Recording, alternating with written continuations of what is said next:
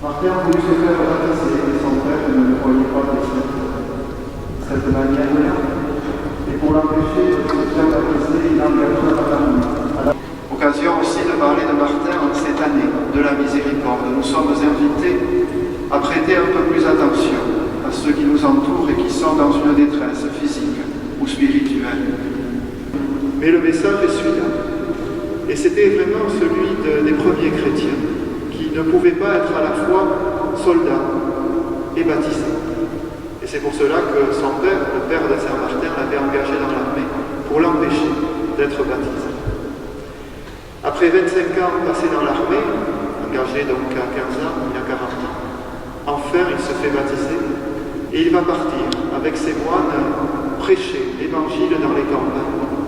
Les campagnes qui sont encore païennes. Païen, ça vient du latin paganus. Paganus, c'est le paysan.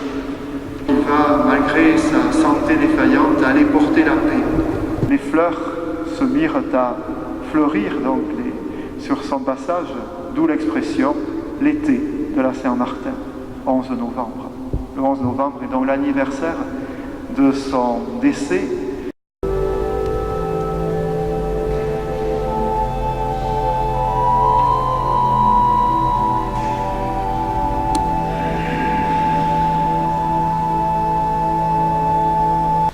Dieu de miséricorde, regarde notre pays et notre monde secoués par la violence, violence des guerres, violence économique, violence des attentats hier comme aujourd'hui. Envoie ton esprit de justice et de paix, qu'il guide nos dirigeants dans les décisions qu'ils doivent prendre et qu'il aide chacun d'entre nous à être artisan de paix.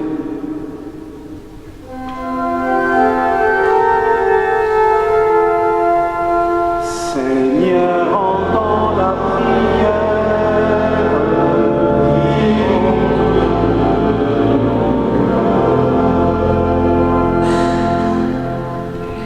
Dieu de miséricorde, il y a un siècle, des hommes sont venus de l'autre bout du monde aider nos parents à retrouver la liberté. Beaucoup sont morts pour nous, très loin de chez eux. Envoie ton esprit de force et de courage, qu'il nous aide à secouer notre indifférence, à vivre la fraternité et à savoir accueillir les étrangers, les migrants qui sont dans la détresse. Seigneur, entends la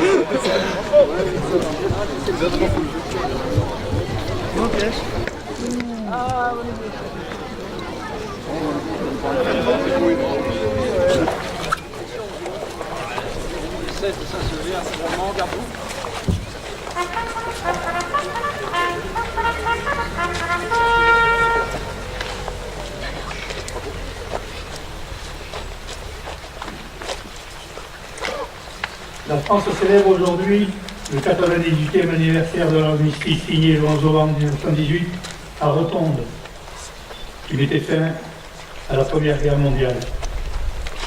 Et elle commémore aussi le centenaire de la bataille de Verdun et les combats de la Somme.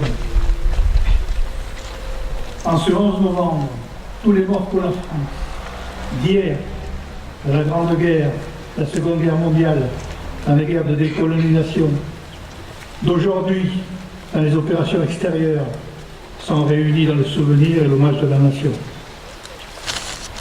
Ayons une pensée pour le sous-officier du 515e régiment du train de la Bracône, mort dernièrement en mission au Mali. C'est le 18e militaire tué au Mali depuis janvier 2013. Après l'envoi des couleurs, j'aurai l'honneur de remettre à M. Guy Saint-Sevé la médaille de la reconnaissance de la Nation pour ses services rendus à l'armée de l'air lors de ces opérations auxquelles il a participé de 1954 à 1970. Ensuite seront lus les manifestes de l'Union française des anciens combattants et victimes de guerre par les élèves de l'école du parc de Toulousette, du secret d'État auprès du ministre de la Défense chargé des anciens combattants et de la mémoire par M. le maire. À l'issue, des gerbes seront déposées par M. le maire au nom de la municipalité, par M. le président de l'Union des anciens combattants de Saint-Sevé. Après la sommée aux morts, un moment de recueillement sera observé, suivi de la Marseillaise interprétée par l'harmonie du Cap de Gascogne. Après le retour des autorités, les enfants iront déposer leur bouquet devant le monument aux morts et l'harmonie jouera le chant du départ, chant patriotique écrit en 1794, qui fut utilisé pendant la Grande Guerre pour exalter les soldats partant au front lors de la mobilisation. La cérémonie se terminera par un vin d'honneur offert par la municipalité, servi au local des écureuils du parc. À vous, mon commandant. Garde à vous. Envoyez les couleurs. Envoyez.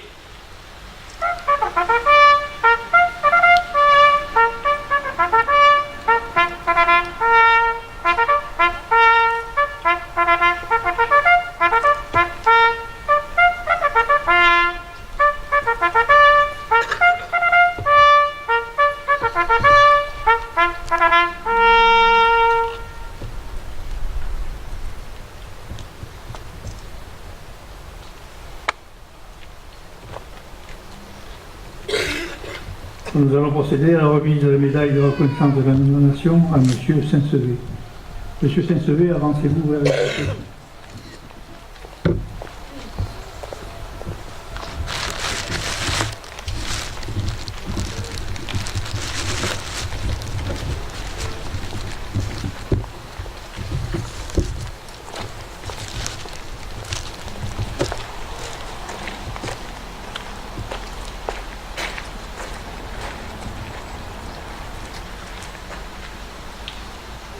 Le vent.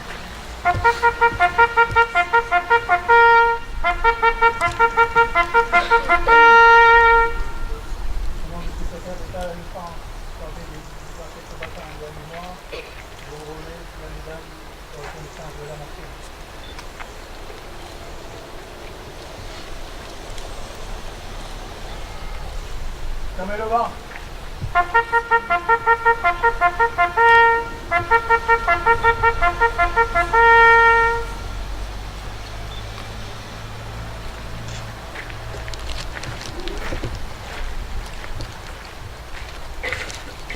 Repos.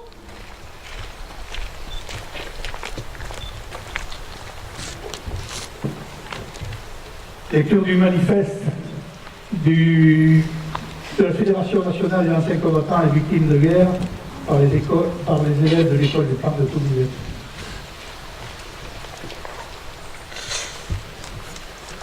En ce 98e anniversaire de l'armistice du 11 novembre 1918, la France commémore également le 100e anniversaire de la bataille de Verdun et des combats de la Somme. À Verdun, ce 21 février 1916, en 9 heures d'un pilonnage ininterrompu, 1 million d'obus s'abattent sur les lignes françaises. Ainsi commence un combat pathétique, titanesque, d'une violence inouïe dont l'horreur restera dans toutes les mémoires comme une vision d'enfer. Les hommes vont se livrer à des combats confus, acharnés, se terminant dans des effroyables corps à corps. Ils tiendront 300 jours et 300 nuits. 300 jours et 300 nuits d'héroïsme dans un esprit de sacrifice absolu. L'armée française y perdra 163 000 hommes, l'armée allemande 143 000. L'année 1916 fut aussi celle de la bataille de la Somme, engagée le 1er juillet par une attaque franco-anglaise. L'importance de cette offensive concertée, la ténacité méthodique des Alliés et l'énergique impulsion donnée à cette offensive sur la Somme viendront à bout de l'obstination des Allemands, plus assez forts pour résister à la fois à Verdun et sur la Somme. Cette bataille ne prendra fin que le 18 novembre 1916. L'armée française y perdra 67 000 hommes, l'armée britannique 206 000, l'armée allemande 170 000. Le 11 novembre 1918, l'armistice intervient. Après ces 4 années de conflit, la France pour sa part déplorait 1 400 000 morts, 740 000 invalides, 3 millions de blessés, des centaines de milliers de veuves et d'orphelins. En ce jour de commémoration, rendons hommage à tous ces soldats de métropole, d'outre-mer et de pays unis qui ont fait preuve d'un courage exemplaire, méritant une indéfectible reconnaissance. Ils se sont tous battus pour un idéal de paix et de liberté. L'Union française des associations de combattants et de victimes de guerre, UFAC, invite toutes les générations et spécialement la jeunesse à œuvrer pour un monde plus juste, plus solidaire et en paix. Vive la République, vive la France.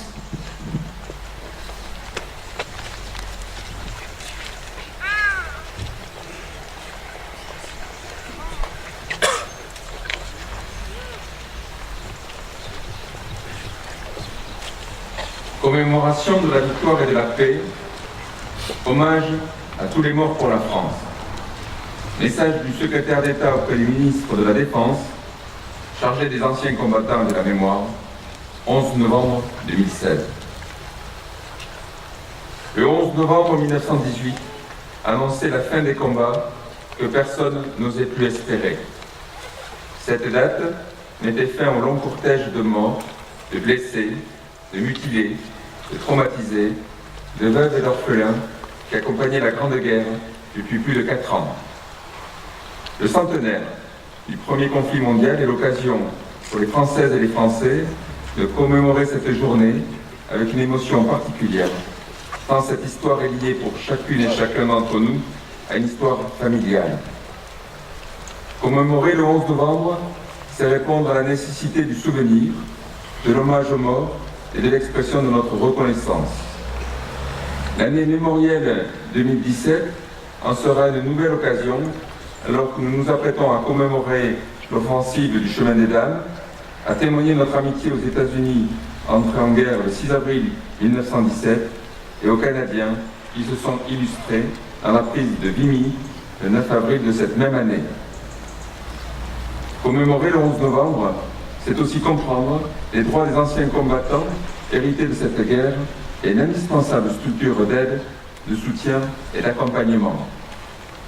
Créé dans l'urgence des combats en 1916, l'Office national des mutilés est réformé, qui deviendra l'Office national des anciens combattants et victimes de guerre, et dont nous célébrons le centenaire cette année, remplit toujours, un siècle plus tard, ses missions historiques de reconnaissance, de solidarité et de réparation au profit de toutes les générations combattantes, de la Seconde Guerre mondiale aux opérations extérieures, en passant par les soldats engagés en Indochine et en Afrique du Nord.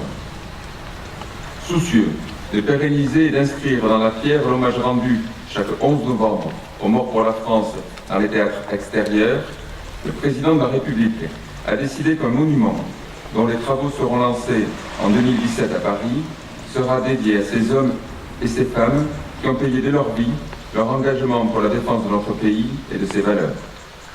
Ce futur haut lieu de la mémoire nationale entend témoigner à la jeune génération combattante la reconnaissance éternelle de la nation et rappeler aux Françaises et Français que la liberté dont ils jouissent est aussi due à l'engagement de ces femmes et de ces hommes qui, jusqu'au sacrifice de leur vie, sont prêts à la défendre.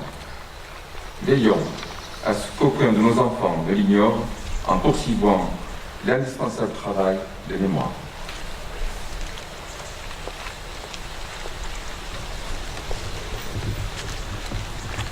Au dépôt de gerbe par Monsieur le maire et par Monsieur le président de l'Union des anciens combattants de Trincevet, accompagné par les enfants de l'école du parc toulousain.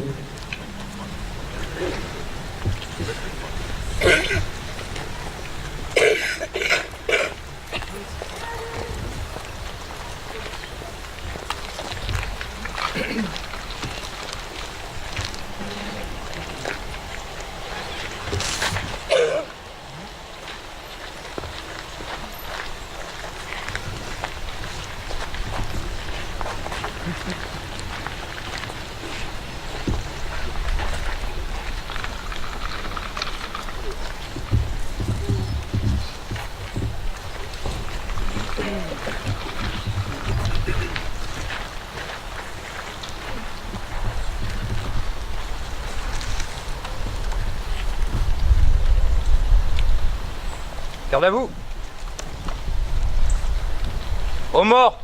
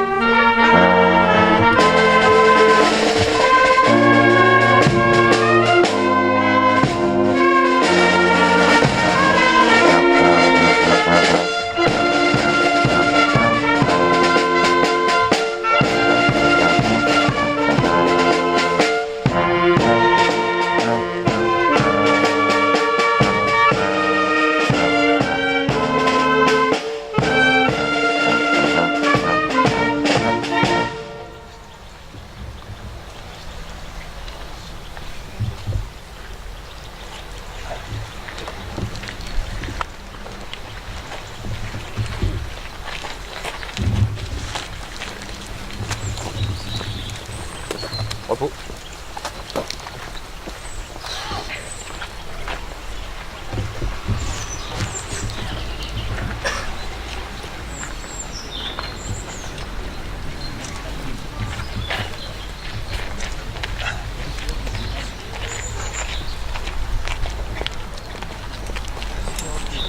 Merci beaucoup.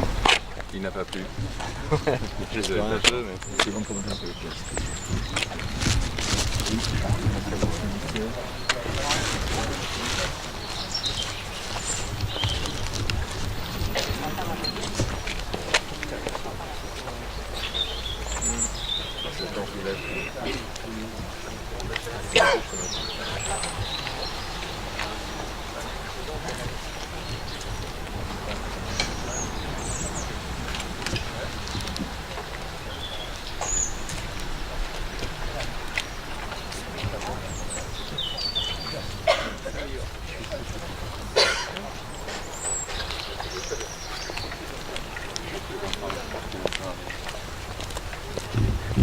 chant du départ va être interprété par l'harmonie Cap de Gascogne et les enfants peuvent aller déposer leur bouquet devant le monument aux morts.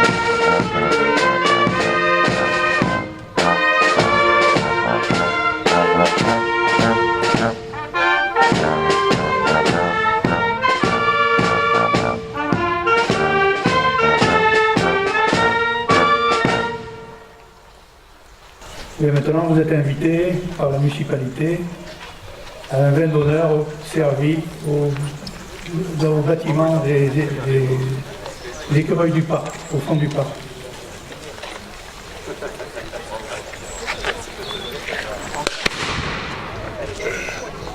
Attention, garde-vous. Rompez les rangs.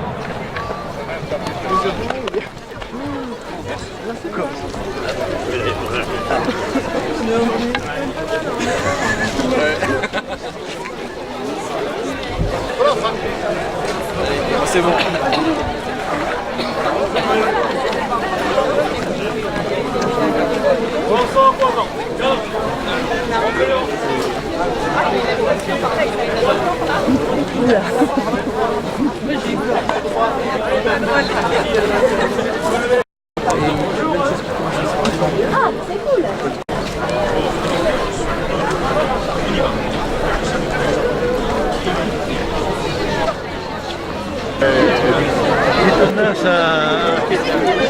Un petit gâté. À sortir de la ligne droite.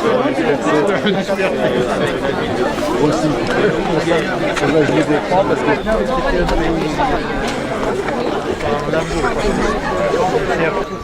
La médaille que vous avez eue, c'est quoi? La reconnaissance de la nation. Titre de reconnaissance de la nation. C'est-à-dire c'est une je crois du combattant au rabais quoi. C'est oui. Médaille des opérations en Indochine. Voilà. Participation aux opérations en Indochine. Oui. Dans les quelles années? De 54 à 56. D'accord.